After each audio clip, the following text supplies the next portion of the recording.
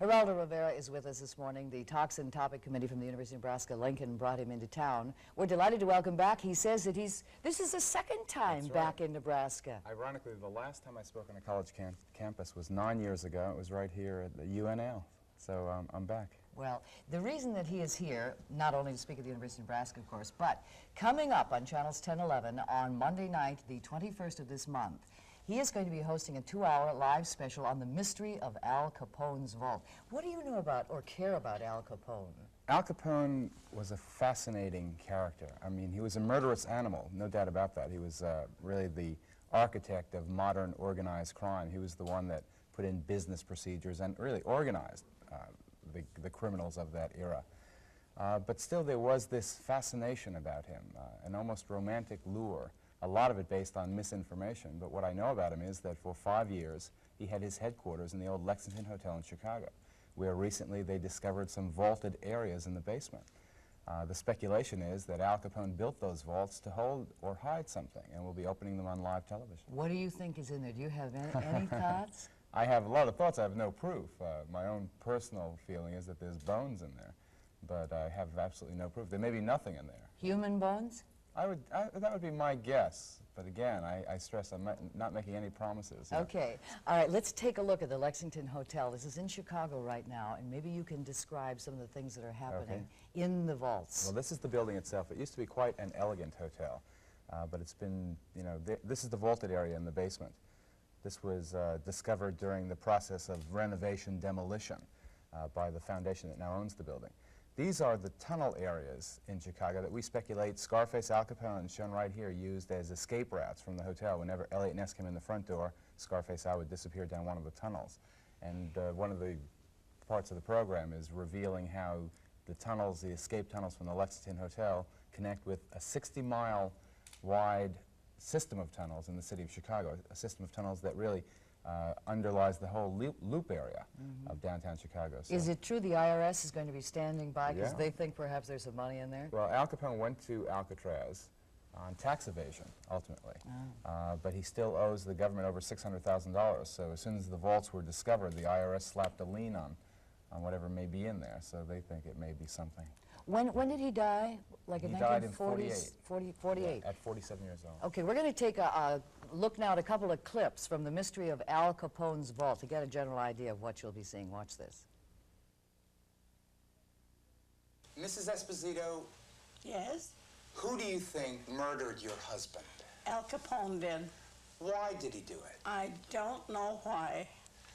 Was your husband involved in Capone's rackets? He was not involved with them, but they used to come to him for favors, and he could not refuse these people. And when he'd come home in the evening, he'd be very much disturbed. What used to be here? Do you remember? A tunnel, an open space in the wall. Now, I want you to be absolutely sure about this. This isn't something you've heard recently. No. This is something you heard about back in those days. Absolutely. Monday the 21st of April, right here on 10/11. You're going to be seeing it. Now, a lot of things can happen, Geraldo. I mean, it could be a bust. What if you open it up and there's nothing? I mean, it's just empty. I was practicing my rock and roll singing. I was going to, or dance. I may do some dancing. There's a very good documentary that we've put together on the life and times of Al Capone. I think it's the most comprehensive documentary on that criminal mastermind ever done. So we have a very respectable program. The vault is in a way theater, you know, because it is so speculative. But on the other hand, there may be incredible things in there. There may be great wealth. There may be bootleg booze paraphernalia. You know, he was the king of prohibition.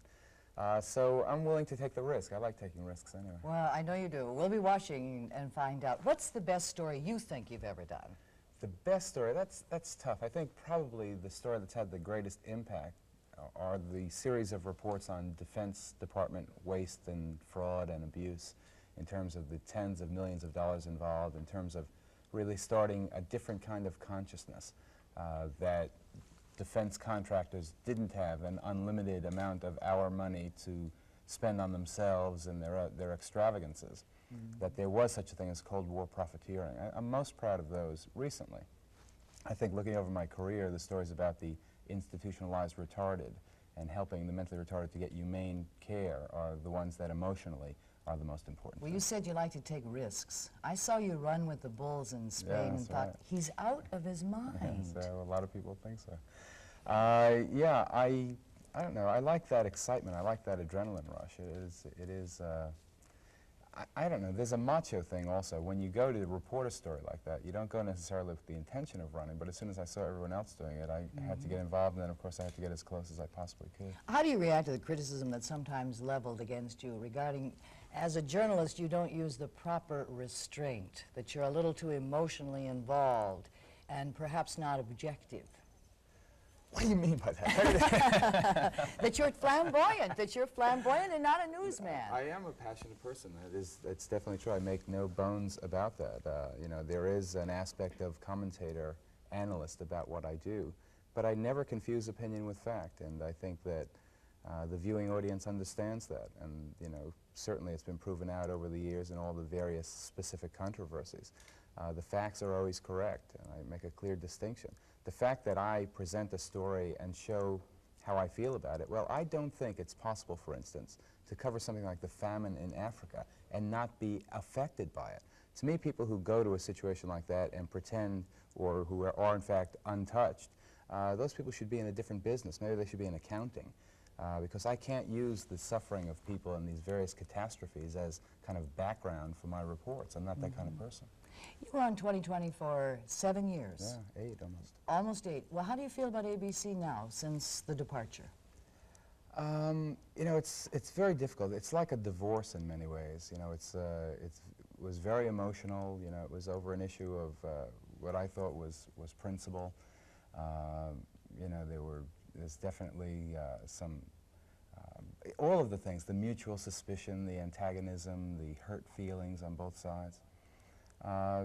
But then underlying it all, there is the love. You know, I worked for 15 years for ABC. I worked at 2020 for almost 8. I did over 2,000 stories for that network.